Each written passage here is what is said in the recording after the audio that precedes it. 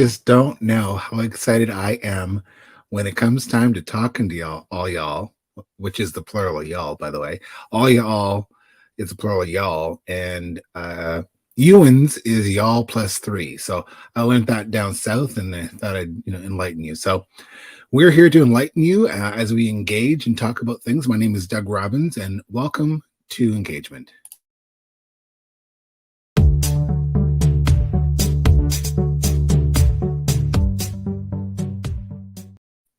I'm really excited. We're season 3. Who would thunk it?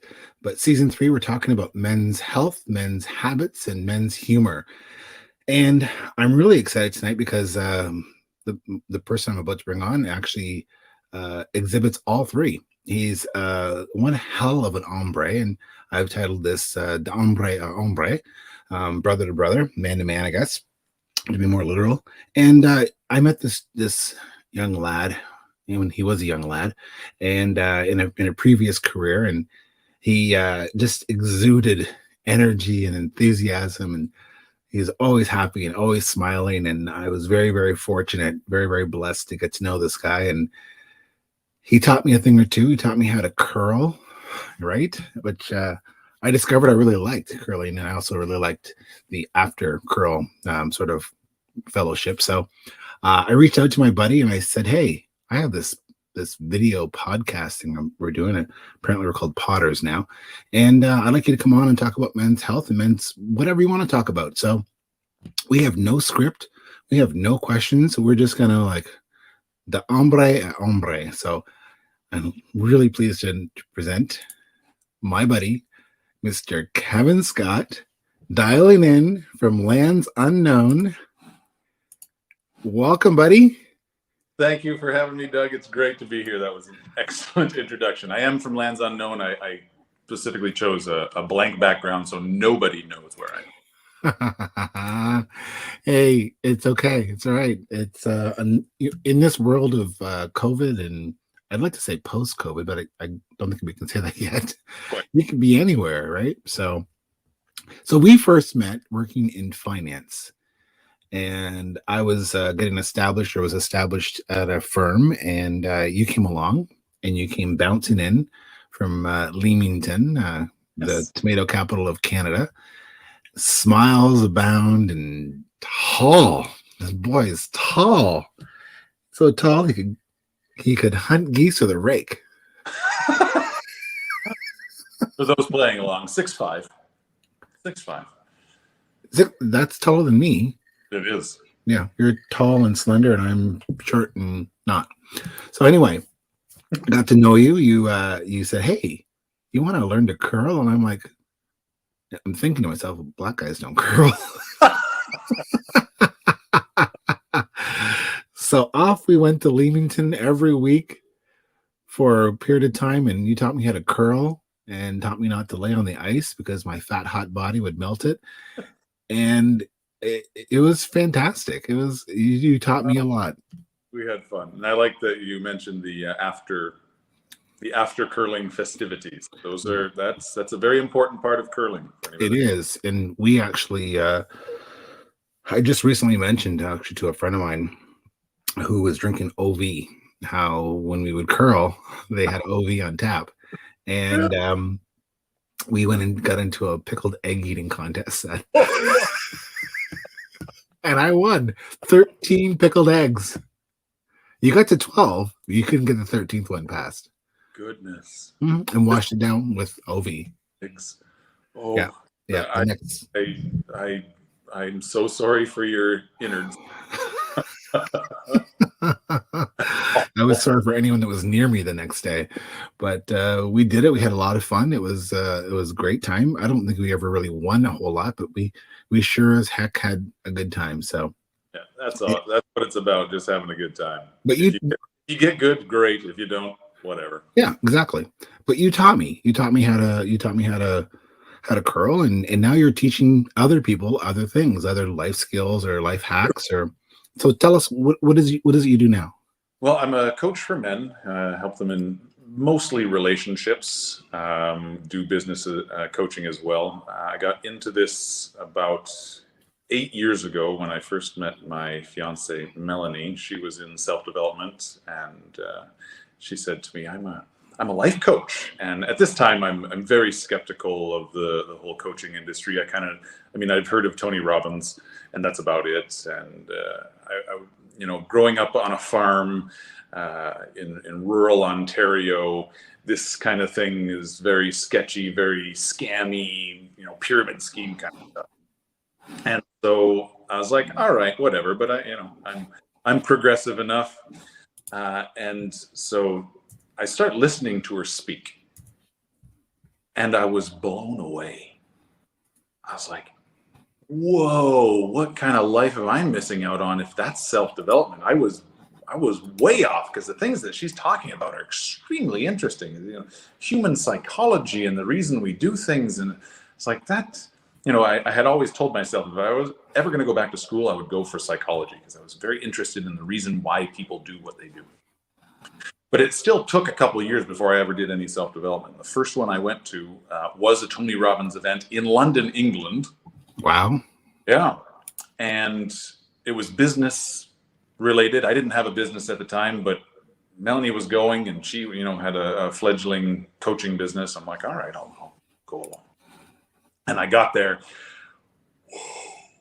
Mm-hmm. It was cool. I didn't know anything, but I learned a lot about myself and other people. I didn't learn much about business. I have notes somewhere. This is 6 years ago. I have notes somewhere. I should probably actually go back, and they're probably very important at this point in my life. But at the time, I didn't have a business. The cool thing was just, a room of 800 people just cheering and getting up and making noise, and this, anyone on stage being so engaging. And I was like, all right, I'm in. Let's do this thing. So then we started going to more self-development events, and more and more and more. And it wasn't until several years after that, 2 years after that, that I actually first decided I was going to call myself a coach, because I've got all this information now, and I've grown myself, and I've used the information that I've gotten from these different sessions that we go to through companies called New Peaks, and going to events with Raymond Aaron, and so I was like, all right, I've got a side job. I'm doing sales at this point. I'll be a coach. So I go on Facebook, and I start saying that I'm a coach, and lo and behold, somebody hires me, and I'm nervous as all get out. How am I going to actually affect this person's life? Am I going to affect them positively? Worked out. And what I found that my passion is helping men in their relationships. Mm-hmm. That has really taken off. And, I've got a Facebook group, and just called Effortless Alphas. And I just love helping men be more happy.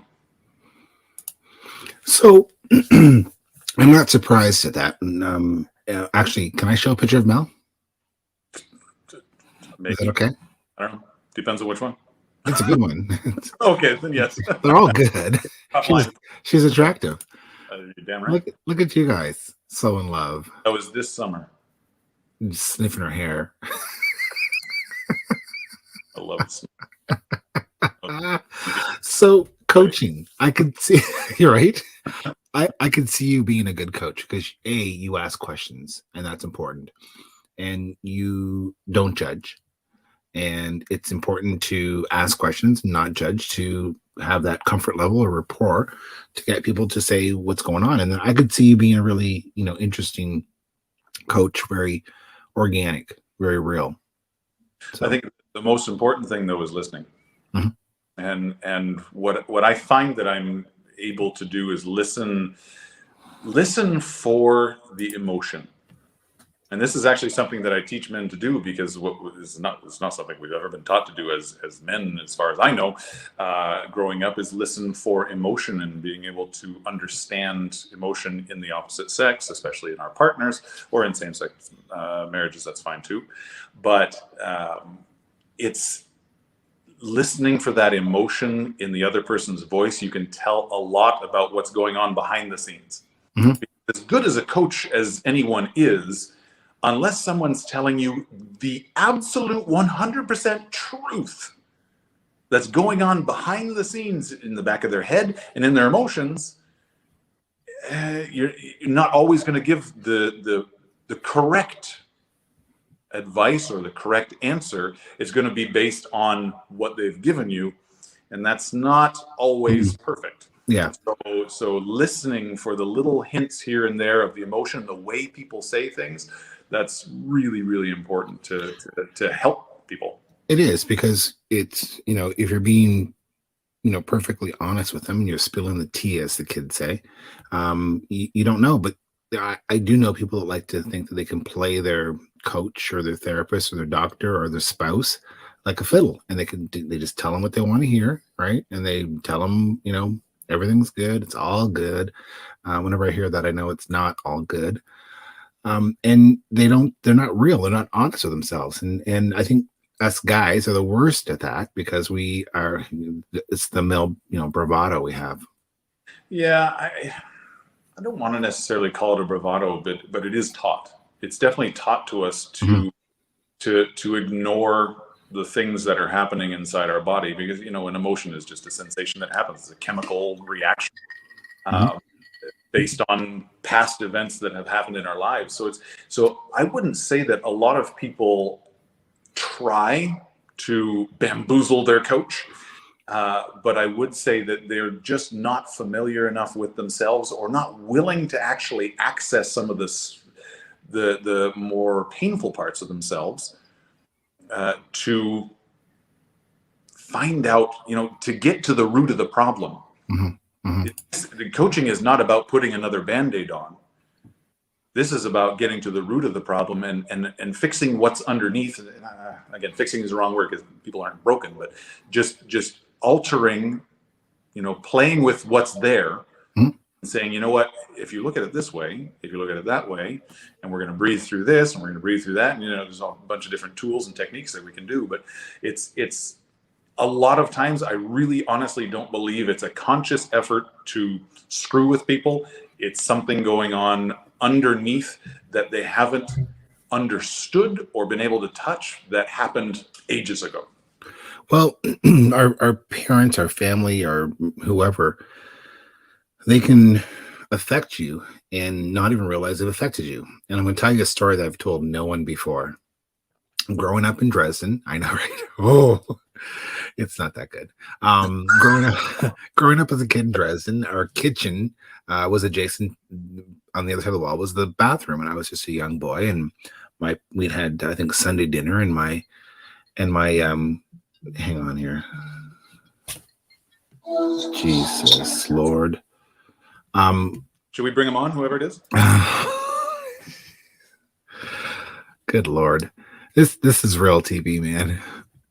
So the kitchen, the wall that separated the kitchen from the bathroom, my mom and my dad and my grandparents were sitting in there, and I had to go pee. I'm just a little boy, and I went in there, and I'm standing there with both the seat and the lid up, and I'm peeing, and I'm making noise, and you can hear the splatter.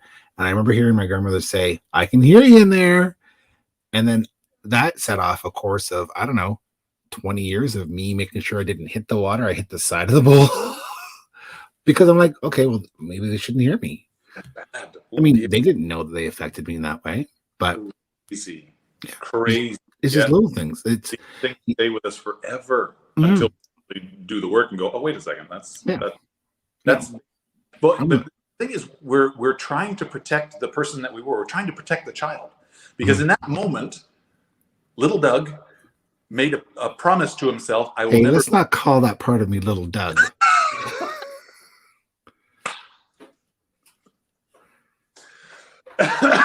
Pardon me. Younger Doug. Yeah, that's more like it. Made a decision never to be embarrassed in that situation again. Exactly. And am I going to get charged for this session? No. And you already fixed it. You said for 20 years. Yeah. For the most part. So you made a decision to protect yourself, and you've been doing that since until you for yourself, or changed it for yourself, I should say. And a lot of the things that we protect ourselves from, we have no idea why. Mm-hmm. It's that happened when we're so small. I remember one of my things when I was in grade 1. I had a crush on a girl in grade 1, and she went on the board, and the word that she would, I remember this vividly. The word that she was going to write on the board was pillow, and she wrote it with one L. And I don't know, my stupid little brain was like, I'm going to make fun of her here because I've got a crush. Mm-hmm. Ha! Pilo. It was very rude. And the teacher said, hey, we'd never laugh if you got mad at me. And this is a teacher my family knows. You know, at that time, small schools, family knows all the teachers personally. Oh, yeah. So I was mortified that I got yelled at. For 30 some years, there was a piece of me that I could not make a spelling error. I didn't realize this until I got into self-development, that this was what it was. I just thought, that's just who I am. I'm a bit OCD about spelling. But no, it's from this one moment that 7-year-old Kevin got in trouble. And I protected myself from that for 30 years. Now I'm like, and actually, I'll tell you what, the way I got over it was by making mistakes on purpose and seeing what would happen. What's going to actually make this mistake? Nothing happened. It's consequential behavior, right? So is there a consequence attached to this behavior? Am I going to get in trouble? Am I going to get applauded? Am I going to get, money? What's going to happen? So, yeah. And so since then, that was one of my many wonderful realizations about myself, and just the way that we speak is an incredible, not sure what the word is, an incredible, the way that we speak tells a lot about ourselves. I don't know what the word is I was looking for there. Started with a P, I think. But I used to say need all the time. I don't need extra money. I don't need to eat now. I don't need. Where that came from was my mother. When I was a child, saying, you don't need that. You don't need that. You don't need that. So this became who I was. Something I don't need things. I can survive. So I don't need stuff. And guess what? Because I kept saying that was my entire mentality. I never, ever, ever had more than I needed. And this came about when I had this red minivan. And I think I may have had that when we were hanging out. 20-some-year-old guy with a red minivan. Soccer mom van. That bag of candy. Loved it because the doors would open on the sides when I pressed the button. Nice. And it helped. I could take the seats out of the back. That's why I loved it. But so this van would always break down as soon as I was starting to get financially able to pay off my credit card, because I had a credit card that was maxed out, and had been maxed out for years. And I was avoiding my money avoider kind of person. I didn't want to touch it. If there was a bill come in, I would chuck it in the garbage. I'm like, I can't afford to pay these things. So then the van would break down just as I'm about to pay off my credit card or put, $100 on it. Van would break down. Every single time. I was like, what is happening here? Why is this happening to me? Well, because my whole way of life was, I don't need more than enough. If I have enough, I'm good. Yeah. So what was coming back to me with that, the mindset, the way that I speak, the people that I speak to, was just enough. So if I ever had an opportunity to have more, van would break down, I'd have to pay for it. When I made the decision to finally go, all right, let me take care of this thing in advance, even though I don't have the money. But the funny thing was, if the van broke down, I always figured out how to pay for it. Yeah. I'll bet you a lot of people can relate to that. Mhm. So I said, all right, I'm going to take care of this thing. I'm going to get oil changes on a regular basis, even though it's a piece of crap. Change the tires on a regular basis. We're going to, put winter tires on, whatever. I don't remember what I did, but I just stayed in advance of the thing, and it never broke down. Mhm. And I started to get better financially. Nice. Crazy. Seems simple. Like, there's probably some people listening to this going, well, yeah, duh. Mm. But where else in my life was I doing this, living, in response to things instead of, saying, here's what I desire, here's what I want to do, here's what I want to be, here's who I want to be in my life. Let me go and do that instead of waiting to see what happens.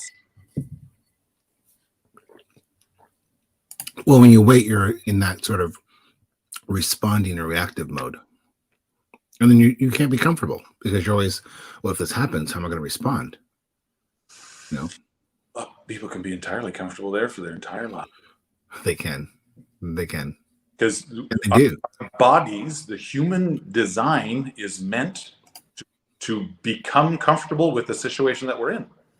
Our brains are designed to keep us safe. So however we survived yesterday, our brain goes, all right, let's do that. We'll do it again and again and again and again and again and again and again until we die. Mm-hmm. Well, that's probably not what most people want. Don't want the same old, same old. Don't want the same amount of money. Don't want the same, amount of love. Don't want the same amount of stuff. I want more, and it's okay to want more. It's entirely amazingly okay to want more. Mm-hmm. So freaking-lutely. And anybody can have more too, which is great. You can. So someone in my past, I tend to have a lot of very strong female role models, and it's probably because of my mother, who was a very strong role model, and her mother, my Nana, who was strong as well. But her name was Connie Williams, and Connie was not very tall. She may have been like 5'1" or 2, and she ran a company out of Dallas, Texas, and the franchise that I owned got bought by this company, and we became, somewhat friends. Mm-hmm. And she would say to me, Doug, in her little Texas drawl, if you always do what you always did, you'll always get what you always got. And I went, yes, that's very true. And you can look at that in one of two ways. I can just keep doing what I always do and I'll always get what I always got. Or I can not keep doing that and do something entirely different and be farther ahead. Mm-hmm. So. Yeah. And the other beautiful piece of that is gratitude for what we already have. Mm-hmm. To me, of all the things that I've changed about myself, that was the toughest one.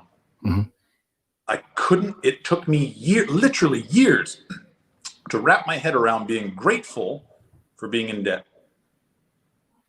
Being grateful for having not what I wanted. I was like, how? Because I hear it all the time. You got to be grateful. You got to start in gratitude and go from there. I'm like, well, how am I supposed to be grateful for this? I don't understand. Okay, I'll try to be grateful. Well, that doesn't work. Trying to be grateful is not the same as being grateful. Mm-hmm. So the way this changed for me, and the biggest example that I have of this, I'm in the grocery store, and that was the hardest place. I could never, I don't know why, but every time I pull out my credit card or my bank card to pay for groceries, knowing I have to be grateful, couldn't do it. No. Couldn't do it. Most of the time I'd forget. Until I was like, all right. And so this goes to you either change something if you want change, or you keep doing the same thing and get what you always got. I said, okay, something has to change here. How am I going to make myself grateful? So I bought at the dollar store smiley face stickers. And I put them on all of my credit cards and debit cards. And every time I took one out and I passed it to a clerk, or I brought it out and I swiped it at the machine, every time the person at the other side would be like, what's the smiley face for? And like, it's so I can remember to be grateful for this purchase. And that would brighten their day, and it would make me grateful for the moment that I had the money to pay for the thing. Mm-hmm. This thing that I'm buying, I had the money. And that was a very transformational moment in my life where things really started to unfold and expand, and I started getting more than I needed. Was this after you were in finance? Oh yeah. Yeah. I didn't know any of it. But I was the worst financial advisor. Well, It was horrible. It's shocking how many financial advisors are financially ruined. It's crazy.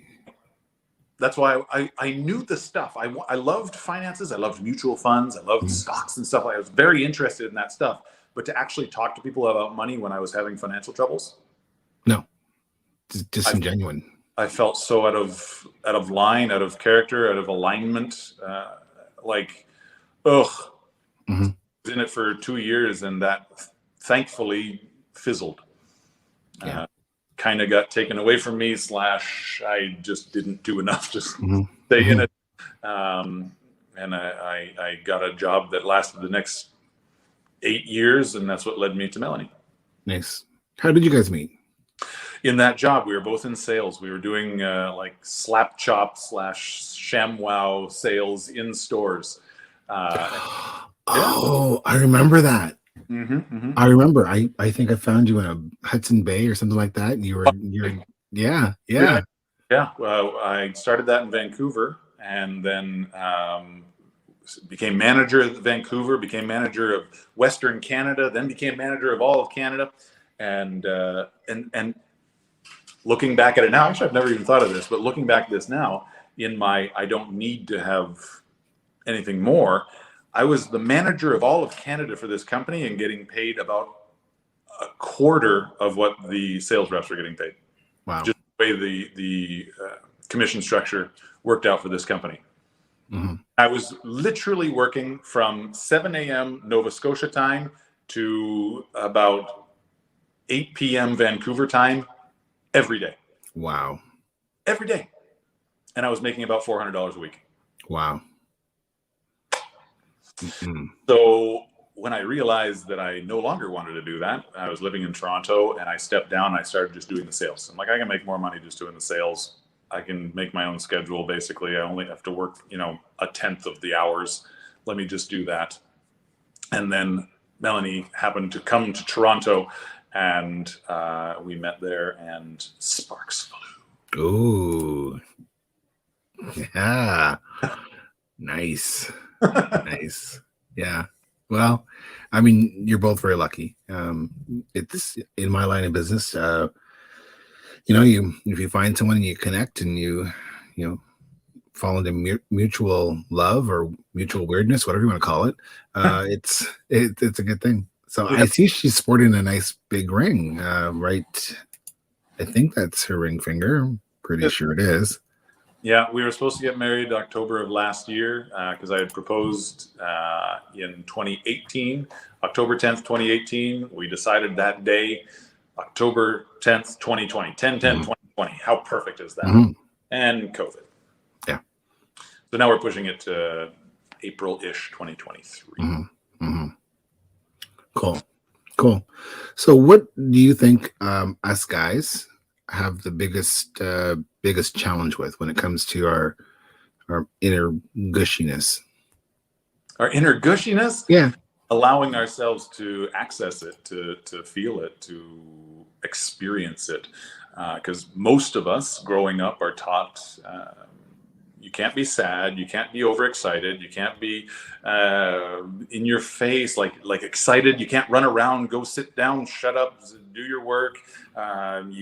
If you're sad, boys don't cry, and all this stuff. And so the only emotion that we're really allowed to have is anger in small doses. So we're able to cope with it. So that is difficult. And I'm not really into the whole chastising people or chastising men for, don't tell them you can't cry, don't this, don't that, and the whole cancel male culture that has started. Mm-hmm. Because I don't believe that's what people actually mean or desire. Mm-hmm. We don't want to cancel masculinity. No. I don't. This will be the first time I've said this term since about a month after it came out. First I heard it. I don't believe in toxic masculinity. Hmm. I made an effort to never put those two words together again, because masculinity is beautiful. It is Amazing. So masculinity itself. I mean, feminism, well, not feminism, but the feminine aura, the feminine way is beautiful too, right? So why should the masculine not be? No, exactly. But what's happening is there are a lot of men that have grown up in the old school way of being that are feeling threatened with their way of life. And they're fighting back. And what we've seen, especially what was the ad there? I can't remember the ad, but it was all guys. The Gillette ad. The Gillette ad. They were saying, boys will be boys, boys will be boys, boys will be boys. Really attacking men. Men basically, like the majority of men said, I don't like this ad. I'm telling you my feelings about this. I don't like being attacked like that. And the world didn't listen. I'm all for, understanding our emotions and making sure that we can communicate that on a good level, on a beautiful level, communicating what's happening inside our bodies. This is what I teach men and help them discover about themselves so they can have extraordinary relationships. But if we're not willing to listen when men try to express their feelings, we're not going to get anywhere. Very true. We've had no experience expressing our emotions. No, this is new. Zero, none. Yeah. For thousands of years. Yeah. And especially in the last 100, since the Industrial Revolution, like especially since, or however, 150 years, it's been shut down, repressed. So all the men living today, except for the most recent ones, have been taught this, as far as I know, have been taught this. It's not even stoic. It's just emotionlessness. And we're trying to figure it out. And I know it's not an excuse to all the women that have been hurt for thousands of years, to all the other men that have been hurt for thousands of years. It's not an excuse, but it's where we're at. And I would like to be a sort of a bridge between where we were and where we're going, because the world's not going to go back. And there are a whole lot of men and men's groups that are trying to hang on to what was. Unfortunately, there are far too many people fighting for what is. And the winners are always the ones that fight for, not the ones that fight against. That's very true. Yeah. So either we men today, the adult males of today, need to get on board with change and say, hey, this is why a brand of mine is called the masculine expansion. We're not trying to take away masculinity with this new age stuff. That's absolutely not what it is. We're trying to expand what masculinity can mean. We're trying to expand it so that we can do all the cool stuff and we can still be stoic, but we understand what's going on underneath. And for those that follow Marcus Aurelius's teachings from thousands of years ago, the guy that basically created Stoicism, it was never about ignoring emotions. It was always about understanding yourself and not letting the emotions control you. But today, in the last 150 years, at least, men have traditionally not understood themselves at all. I think that's very true. I think that's extremely true. So, and profound. We put our worth on making money, providing for the family. Well, gentlemen listening to this, gentlemen around the world, you're worth everything, regardless of how much money you pull in. You are worthy the moment you're born. You're worthy the moment you decide you're going to be a man. You are worthy of everything you could ever desire at all times.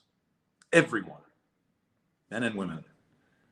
But what you bring in should not be the one like financially should not be the thing that you set your values on, set your belief in yourself on, because it's ephemeral.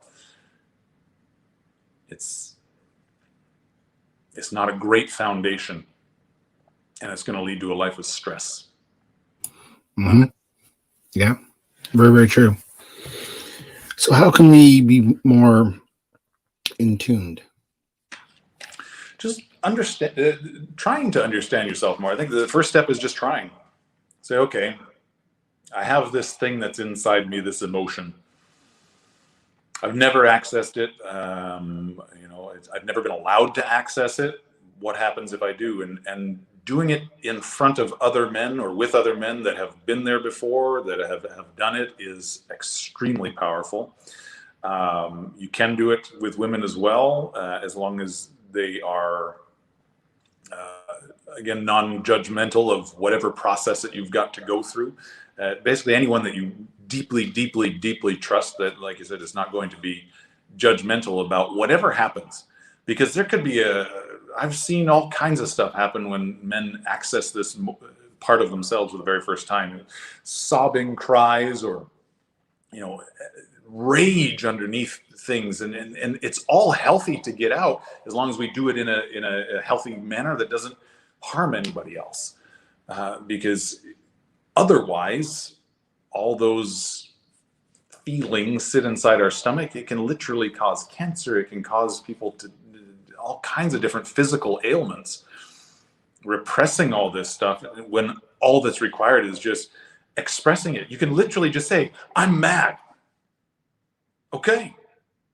Or you can say, I'm sad. Just voicing it, getting it past the throat and the chest, because the emotion is sitting down beneath there somewhere. Getting it past this and out it's just an expression of what's happening inside your body, so it doesn't control you anymore. Mm-hmm. That's a lot of work. That's, for a lot of guys, that's a lot of work. Not easy. No. It's facing a lifetime of fear. Mm-hmm. And a lot of them can't do it alone. No. Most. No.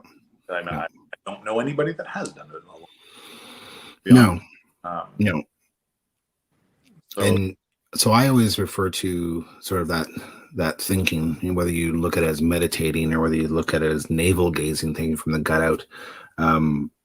It takes practice. It takes time. It takes work, because you have to physically carve out time in your day, or physically, mentally block out what's going on around you to digest it, for lack of a better word, to see where you're at. Yeah, there definitely needs to be a concerted effort to say, I'm going to do this. I'm going to figure it out. If it's, I'm going to try it and see what happens, it's never going to happen. You're not fully committed to making a change. You're not fully committed to finding out what's going on underneath there. Because I express this in the way that I used to live my life, the life of meh. I would never allow myself to get super excited, because being super excited wasn't manly to be super excited. And I would never allow myself to get super sad, because, well, I didn't like that feeling, so I didn't allow it.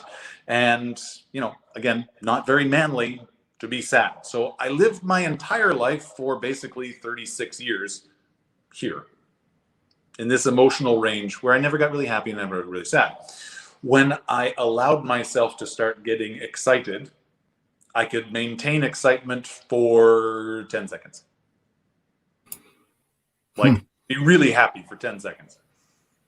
And Melanie would be like, okay, why be excited with me? I'm like, I'm trying. It would exhaust me just to try to be happy, like really excited, happy for 10 seconds. So now I can be excited, happy for many things for a very long time, but it took years to get to that, because I had at that point 36 years of building this identity where I don't get excited. And then the same thing happened on the other side. If I'm going to allow myself here, but I don't allow myself past here, it blocks my cap. I can't get more happy. I can't get more excited if I'm not allowed to access what's below there, because it's all just based on quicksand. So I allowed myself to get sad again in a safe environment with people that I trusted. And then I cried and I got angry and I accessed emotions that I had never allowed myself to before, just to see what it was like, to experience it and not have any bad repercussions come back on me. And it was so liberating, so freeing. And now no emotions control me. I know that emotions are going to come and go, and I can just be mostly really happy all the time. Nice. That started before we became successful financially. Mm-hmm. So for those that think you need to have money to be happy, you don't. No, you don't. I mean, it might buy more things, but that doesn't make you happy. There are a lot of unhappy, wealthy people in the world. Mm-hmm. Oh yeah. Yeah, I know. Happy comes first, and it has nothing to do with money. Mm-hmm. But if you want fun money, be happy first. Then you can make some. Fun. I like fun money. Yeah. Yeah.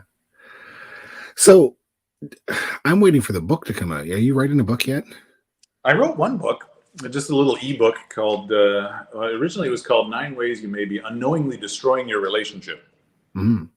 And that, after a while, I was like, that's really negative. So I changed it to 9 Ways You Can Improve Your Relationship. So it's just a nice little ebook online. You can get it on Amazon. Nice. Just search Kevin Bruce Scott. It's the only one. Mm-hmm. There is a book in me somewhere. I have made a commitment that someday I'll write one, mm-hmm. but it's not ready yet. There's still more work to do. I'm actually reimagining my space mm-hmm. now, and I'm going to come out with some new stuff in the new year, because I feel like there's a lot more impact that I can have in the world.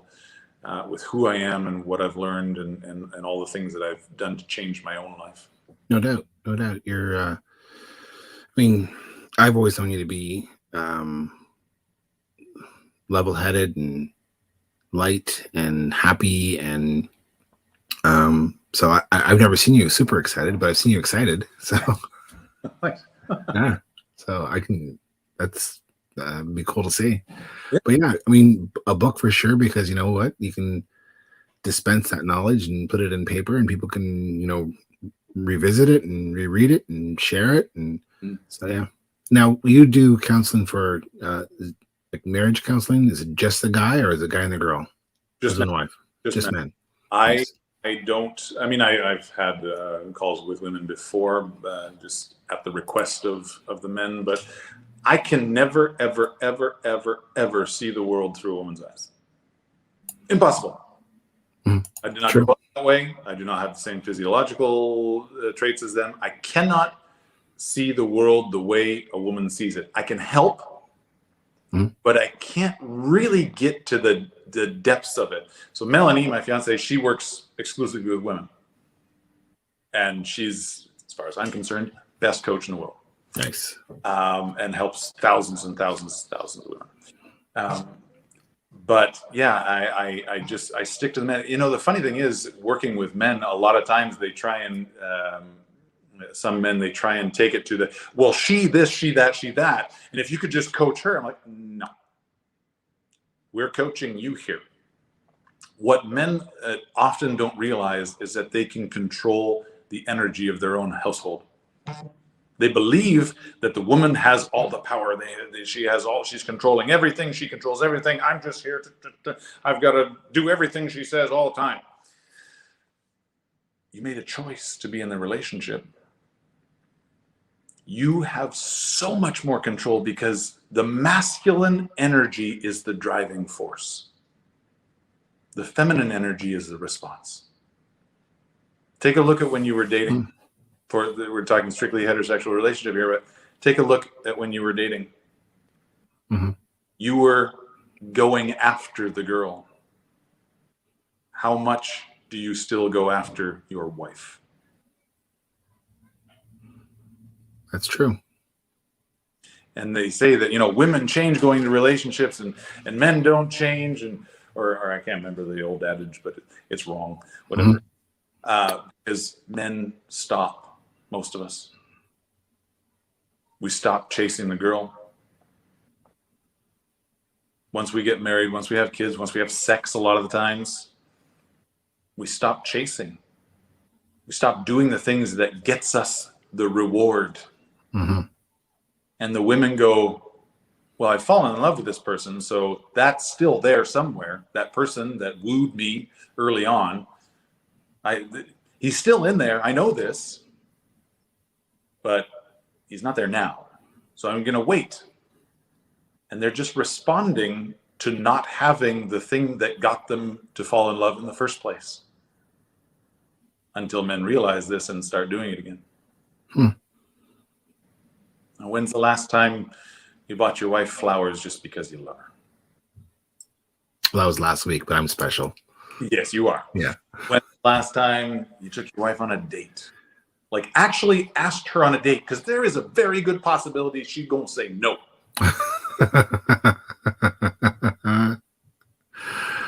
You got to keep it alive, right?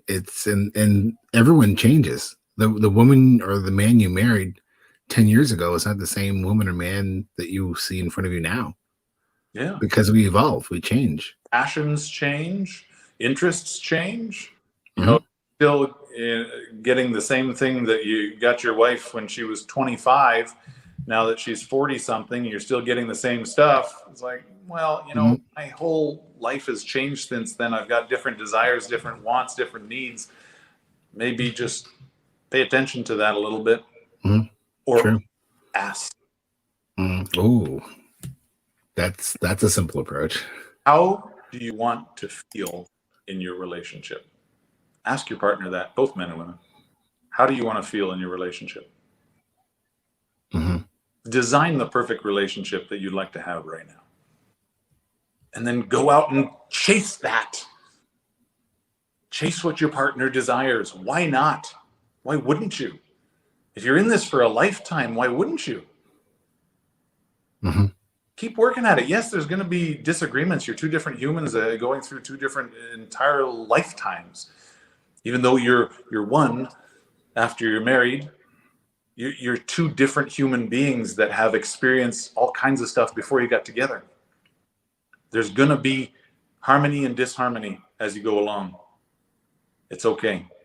It's about growing forever. And not just getting complacent with where you're at. Because as soon as you stop growing, I hate sayings, but you're not growing, you're dying. As soon as you stop actually consciously going out and building something, either, children, I don't have kids yet, so take this with a grain of salt, but children, I believe, are an incredible growth period for a couple as well, because they're watching this product of themselves grow, at least for a while, until, I don't know what happens, old patterns come back. But starting a new business, not both of you necessarily, but just following through on a passion that you've had forever. Do something that helps yourself grow so that your relationship can grow. Nice. Very true. Well, you never leave me, without something. You're always, Kevin, you always got something. And I know, right? So I really thank you for your time. And you are a phenomenal coach and a great person, a great hombre. I'm really pleased to say you're a friend because you're pretty damn spectacular. Thank you, sir.